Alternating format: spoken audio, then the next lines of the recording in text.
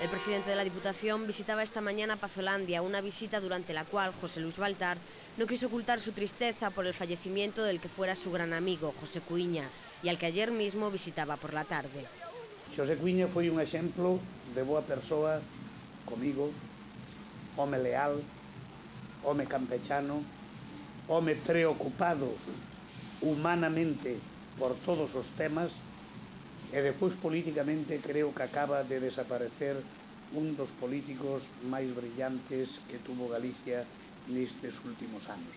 Creo que acaba de marcharse un home que deixou unha estela importantísima no seu comportamento humano e no seu comportamento político.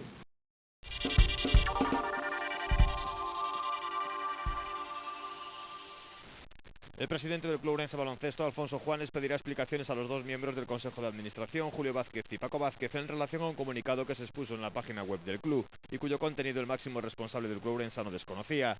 Esta actuación, realizada a espaldas del presidente, puede suponer el adiós del expresidente y de su mano derecha, si se confirma la intención de Juanes de poner en el Consejo de Administración a gente de su total confianza.